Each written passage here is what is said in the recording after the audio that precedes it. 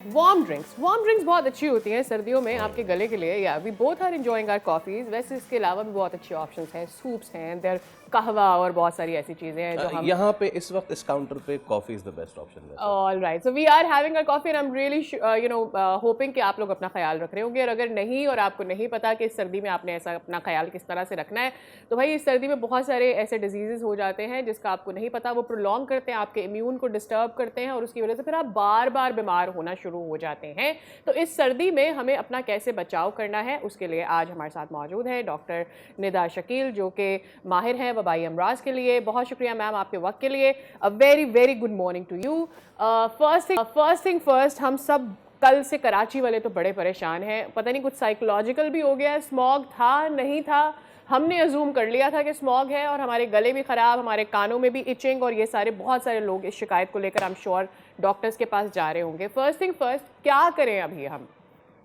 अच्छा, स्मोक था, नहीं था, ये तो हम भी कंफ़र्म नहीं कह सकते क्योंकि वो या भी हम नेट पे ही पढ़ रहे हैं कि था कि नहीं था। बट ये स्मोक की वज़ह से वैसे भी सर्दियों में फ्लू और रेस्पिरेटरी प्रॉब्लम्स जो हैं वो बढ़ जाती हैं। या और स्मोक की वज़ह से हमें जो लंग्स की और जो ये हमारा ट्रैकिया है, इसकी इरिटेशन बहुत बढ़ जाती है, आइज़ की इरिटेशन बहुत बढ़ जाती है, कफ़िंग है, स्नीज़िंग है, अस्थमा प्रोवोक हो जाता है। इसके अलावा जो लोग सिगरेट पीते हैं, सीओपीडीज़ के पेशेंट होते हैं, उनके जो एक्ज़र्सर्बेशन बढ़ जाती है। मतलब एक आसान ज़बान में कि खाँसी, नज़ला, ज़ुकाम बढ़ जाता है और एलर्जीज़ बहुत बढ़ जाती हैं। तो ऐसे पेशेंट्स जो हैं हमारे पास रिपोर्ट हो रहे हैं बिल्कुल। इवन आई इरिटेशन के और आई में इचिंग के पेशेंट्स भी रिपोर्ट हो रहे हैं। अब ये स्मोक की वज़ह से हो रहे हैं, डेफ़िनिटली कोई ना कोई रीज़न तो है जिसकी वज़ह से ये पेशेंट इंक्रीज़ हुए हैं। हम्म। डॉक्टर साहबा, मैं यहाँ पे जो हमारे भाई बंधु हैं, जो हुँ, बाइक वाले अफराद हैं, मैं जी, उनकी बिपता, जी। उनका दुख और उनका दर्द ज़रूर आपके सामने रखना चाहूँगा। या not only in Karachi, Lahore, पूरे पाकिस्तान में टू व्हीलर्स, टू स्ट्रोक जो व्हील है, सबसे ज़्यादा हाँ, इस्तेमाल होता है ना। अब हुँ, वो क्या करें? एक तो उनके साथ डबल प्रॉब्लम है, जब वो ट्रैवल कर रहे हैं उनको आगे नज़र नहीं आ रहा, जब यस। नज़र नहीं आ रहा तो वो मास्क लगाते हैं या चश्मे लगाते हैं। सो क्या करें वो बेचारे? अच्छा, इसके लिए ये बड़ा मुश्किल है कि वो जो N95 मास्क जो हम कोविड में लगाया करते थे, आइडियल मास्क जो है वो स्मोक से बचने का वो है N95 या P100। बट अगर वो नहीं भी लगा सकते हैं तो सिंपल जो हमारा मास्क होता है, जो हम आम मास्क लिया करते थे और हम भी अस्पतालों में भी इस्तेमाल करते हैं, एटलीस्ट वो डबल मास्क तो लगा लें। और मुझे पता है मुश्किल होती है, लेकिन अगर इंडिविजुअली हम अपनी-अपनी जो व्हीकल्स हैं उसको सही करवा लें और उसके धुएँ को अगर हम इंडिविजुअली ये तय कर ओ लें कि यस। हमारी व्हीकल जो है, वो धुएँ से पाक रहेगी। तो अगर 100 में से 10 लोग भी करवा लेते तो एटलीस्ट कुछ परसेंटेज कम होना शुरू हो जाएगी। और इसके लिए ऑब्वियसली कुछ लॉ एंड ऑर्डर भी बनना चाहिए कि जिनकी गाड़ियाँ धुआँ उड़ा रही हैं, वो ऑब्वियसली उसके ऊपर कोई फाइन लगाया जाए। इसके ऊपर मैं कुछ कह नहीं सकती ज़्यादा, but individually we have to do something.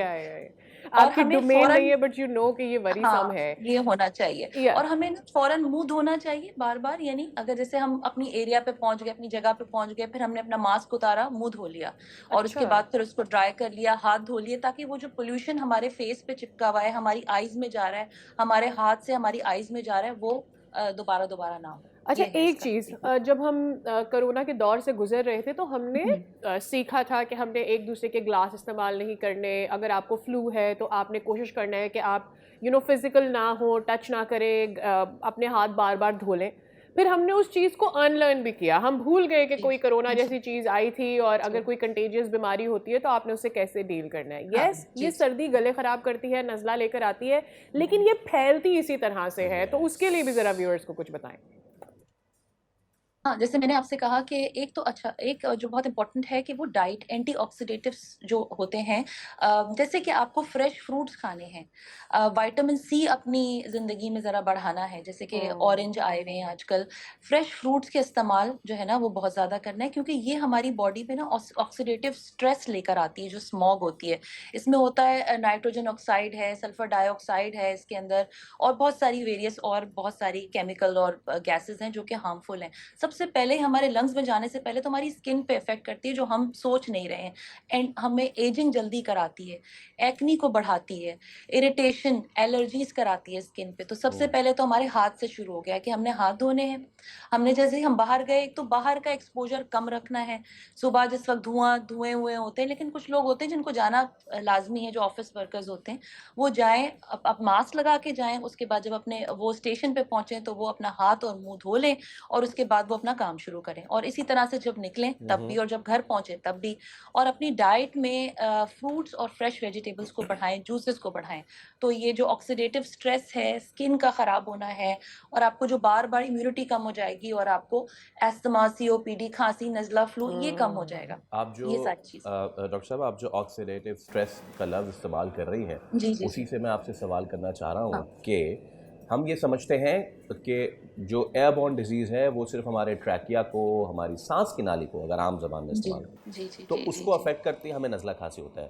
Please लोगों को बताइए कि हाँ इससे हार्ट हेल्थ पे क्या इफेक्ट होता है, चाहे वो स्मॉग हो, फॉग हो। Please go on. या या इसमें से ऑक्सीडेटिव स्ट्रेस का मतलब है कि फ्री रेडिकल्स निकलते हैं, ठीक है, इस ओके। स्मॉग से। और फ्री रेडिकल्स जो होते हैं वो हमारी बॉडी पे बहुत टॉक्सिक इफेक्ट डालते हैं, खास तौर पे हार्ट हेल्थ के लिए, लंग हेल्थ के लिए, स्किन हेल्थ के लिए, और कैंसर्स भी ओह। ये कॉज करता है, जैसे लंग कैंसर्स और prostate cancers, breast cancers. Heart के लिए डेफिनेटली जब हम स्मॉग में भी जाएंगे, हमारे कोलेस्ट्रॉल्स, डायबिटीज और ये सारी चीजें भी हमारे अंदर मौजूद हैं। उसके बाद हम पॉल्यूटेंट से भी, जैसे ऑक्सीडेटिव रेडिकल्स, फ्री रेडिकल से भी हम जो है ना इंटरेक्शन होगा हमारा, तो हमारा हार्ट जो है ये इन्फ्लेमेशन कॉज करते हैं बॉडी के अंदर। और जब इन्फ्लेमेशन कॉज करेंगे बॉडी के अंदर, डैमेज करेंगे हमारी वेसल्स को, तो definitely chances of heart attacks, chances of heart failures, ये सारी चीजें बढ़ जाती हैं। बट ये जो है ना, ये एक स्लो प्रोसेस है। ये हम हर साल जितनी दफ़ा इसको जो है ना हम इससे यानी हम किनार होंगे, उसके बाद फिर हमारी जो डिजीज़ का प्रोग्रेशन है वो बढ़ जाएगा। तो नहीं, आहिस्ता आहिस्ता हमें अपनी चीज़ों को चेंज करना है। और सबसे जो एक्यूट इशू होता है वो लंग इशू होता है। क्रॉनिक में फिर अगर आपको कैंसर्स एंड हार्ट अटैक्स और ये सारी चीज़ें जो है ना बड़ी कॉमन है।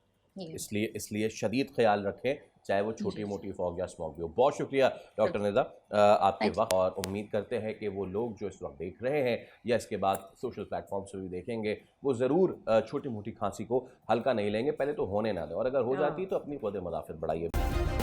सब्सक्राइब करें और बेल दबाएं ताकि कोई खबर रह न जाए।